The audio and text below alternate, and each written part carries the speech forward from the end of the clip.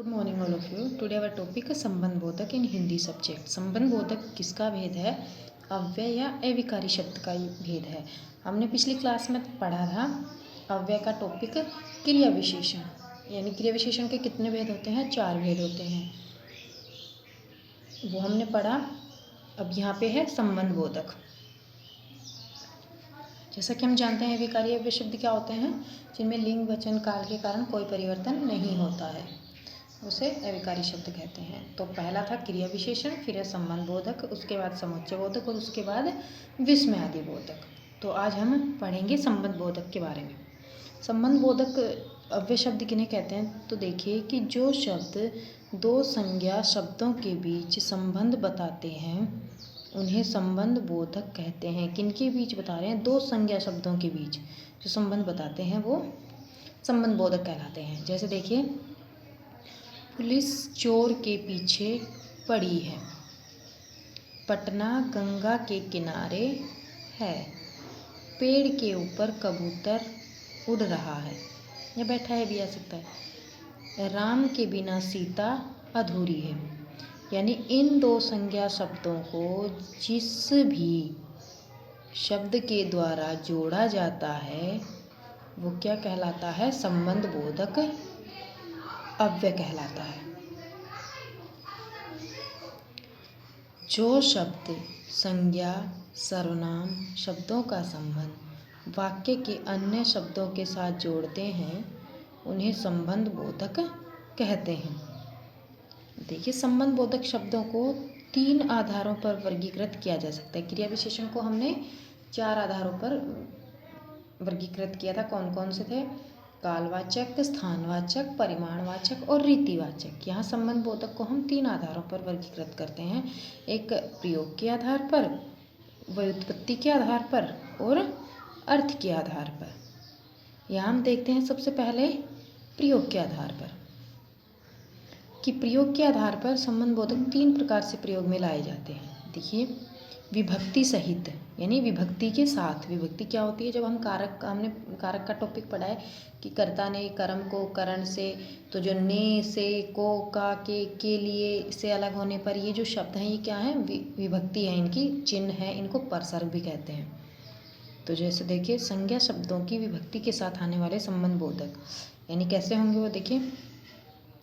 धन के बिना कोई नहीं पूछता, तो के बिना, यहाँ पे के जो है वो बिना जो शब्द है वो के साथ आया है, तो ये विभक्ति सहित का उदाहरण हो गया। नेक्स्ट देखिए, मेरे घर के पीछे मैदान है, इसमें भी के यानी पीछे से पहले कौन सा परसर्ग लगा हुआ है? के। इस तरह नेक्स्ट देखिए, तालाब के बीच कमल खिला है, इसमें भी ये जो रेखांकित शब्द है ये संबंध बोधक अव्यय है। अब देखिए, हम विभक्ति रहित देखते हैं कि संज्ञा के पीछे बिना विभक्ति के आने वाले संबंध बोधक। जैसे उदाहरण देखते हैं, तुम्हारे पीछे मेरी कार खड़ी है, बच्ची घंटों तक रोती रही, उसके बिना मेरा है ही कौन। तो इसमें पीछे, तक और बिना ये शब्द क्या है? संबंध बोधक अव्यय की पहचान करवाते हैं। अब नेक्स्ट है मिश्रित रूप। मिश्रित रूप में संबंध बोधक का प्रयोग उक्त दोनों ही रूपों में होना, यानी विभक्ति सहित भी होता है और विभक्ति रहित भी, यानी कोई भी वाक्य गलत नहीं हो सकता। यह हम उदाहरण के माध्यम से समझेंगे। देखिए, सचिन ने तार द्वारा पिताजी की बीमारी की सूचना दी, तार द्वारा। अब यही वाक्य है, इसको विभक्ति सहित किया गया है। सचिन ने तार के द्वारा पिताजी की बीमारी की सूचना दी, यानी वाक्य दोनों ही सही हैं। ये विभक्ति रहित हो जाएगा और ये विभक्ति सहित हो जाएगा। नेक्स्ट देखिए, व्युत्पत्ति के आधार पर संबंध बोधक के 2 भेद माने गए हैं। एक तो मूल यानी जो मूल रूप में है अपने, जिनमें कोई काट छाट नहीं की गई है, कोई परसर्ग या प्रत्यय उपसर्ग इनमें नहीं लगे हुए हैं। और यौगिक, यौगिक से नाम से स्पष्ट हो रहा है जो संबंध बोधक दूसरे शब्दों से निर्मित हो। यानी जो दूसरे शब्दों से बने हो। तो वो दूसरे शब्द कौन कौन से हैं, जैसे देखिए तो मूल में देखिए जैसे कौन से आते हैं, जैसे तक, पास, मात्र, बिना, रहित इत्यादि जो शब्द हैं ये मूल में आते हैं। यौगिक में कौन से आते हैं, जो दूसरे शब्दों के निर्माण से बनते हैं, जैसे संज्ञा से बनते हैं, विशेषण से बनते हैं और क्रिया विशेषण से बनते हैं। तो जैसे देखिए संज्ञा से के बदले, की ओर, के बदले, की अपेक्षा आदि। विशेषण से के तुल्य, के समान, के जैसा इत्यादि। और क्रिया विशेषण से के बाहर, के पीछे, के ऊपर। यानी ऊपर, पीछे और बाहर किसमें प्रयोग होते हैं, क्रिया विशेषण में। लेकिन इनके आगे विभक्ति लगाने पर ये किसमें हो जाते हैं, संबंध बोधक अव्यय में हो जाते हैं। अब नेक्स्ट देखिए, अर्थ के आधार पर संबंध बोधक के निम्नलिखित भेद किए जा सकते हैं। इसके अलावा भी भेद है, लेकिन हम यहाँ मुख्य मुख्य देखते हैं। जैसे कालवाचक, अब ध्यान दीजिए कालवाचक हमने कहाँ पढ़ा था, रीतिवाचक में, पर स्थानवाचक भी पढ़ा था। तो कालवाचक में कौन कौन से शब्द आते हैं, जैसे पहले, बाद में, पूर्व, पश्चात आदि। स्थानवाचक में देखिए भीतर, समीप, निकट, दूर, बाहर, ऊपर, नीचे, आगे, पीछे। तुलनावाचक में देखिए आगे, आगे देखिए स्थानवाचक में भी आया है, सामने, पहले इत्यादि। दिशावाचक के बदले, के स्थान पर आदि। विनिमयवाचक आसपास, आर पार, तरफ आदि। सादृश्यवाचक में देखिए तरह, समान, तुल्य आदि। विरोधवाचक में विपरीत और विलोम आदि। साधनवाचक द्वारा या हाथों आदि, यानी साधन जिसकी सहायता से काम होता है। संग्रहवाचक में देखिए भर, तक, पर्यंत आदि। अब यहाँ पे देखिए बेटा संबंध बोधक तथा क्रिया विशेषण में अंतर, यानी कुछ शब्द ऐसे होते हैं जिनका प्रयोग हम क्रिया विशेषण में भी करते हैं और संबंध बोधक में भी।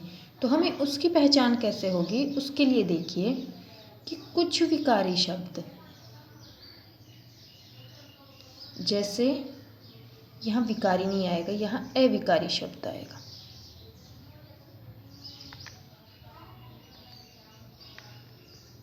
कुछ अविकारी शब्द जैसे नीचे, ऊपर, पहले, बाहर, भीतर, सामने आदि संबंध बोधक तथा क्रिया विशेषण दोनों में देखने को मिलते हैं। वाक्य में जब ये शब्द क्रिया की विशेषता बताते हैं तो इन्हें क्रिया विशेषण कहा जाता है, परंतु जब इनका प्रयोग संज्ञा सर्वनाम के साथ होता है तब ये संबंध बोधक होते हैं।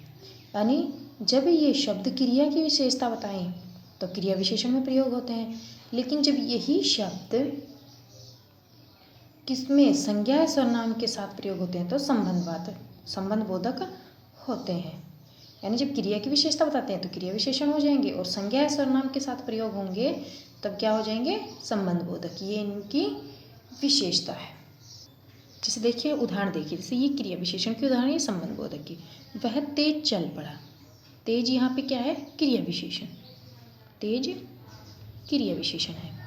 वह पहले से अधिक तेज चल पड़ा, इसमें क्या हो गया, संबंध बोधक। तुम अंदर जाओ, यहाँ अंदर क्या हो गया, क्रिया विशेषण। तुम घर के अंदर जाओ, यहाँ संबंध बोधक हो गया। तो ये था हमारा टॉपिक संबंध बोधक का। संबंध बोधक के 3 आधारों पर वर्गीकरण किया जाता है, प्रयोग के आधार पर, व्युत्पत्ति के आधार पर, अर्थ के आधार पर।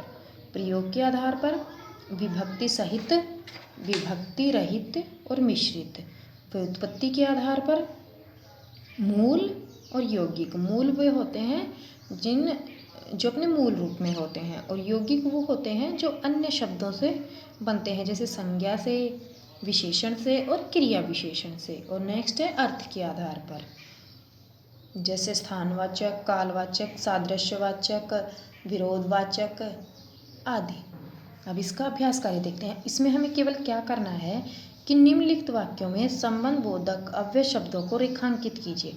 कि जो शब्द अव्यय शब्द है ना संबंध बोधक, हमें उसको केवल अंडरलाइन करना है, रेखांकित करना है। जैसे एक उदाहरण देखिए कि जल के बिना जीवन संभव नहीं है, तो जल के बिना, ये क्या हो गया, इसका आंसर हो गया। इसी तरह से नेक्स्ट देखिए, वह दिन भर उदास बैठा रहा। वह घर के भीतर घुसा बैठा है। चोर चौराहे तक गया।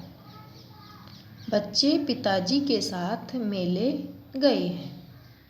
तुम्हारे मकान के सामने मंदिर है। उसे पत्र के द्वारा सूचित करो। या ऐसे भी हो सकता है, उसे पत्र द्वारा सूचित करो। पत्र के द्वारा सूचित करो। तुम्हारा मकान वहाँ से कितनी दूर है? पूजा से पहले स्नान करना चाहिए। सोहन की अपेक्षा मोहन समझदार है। यहाँ तुलनावाचक भी हो सकता है। तो ये हमारा संबंध बोधक अव्यय टॉपिक कंप्लीट हो गया। इसके बाद समुच्चय बोधक और विस्मयादि बोधक नेक्स्ट क्लास में करेंगे।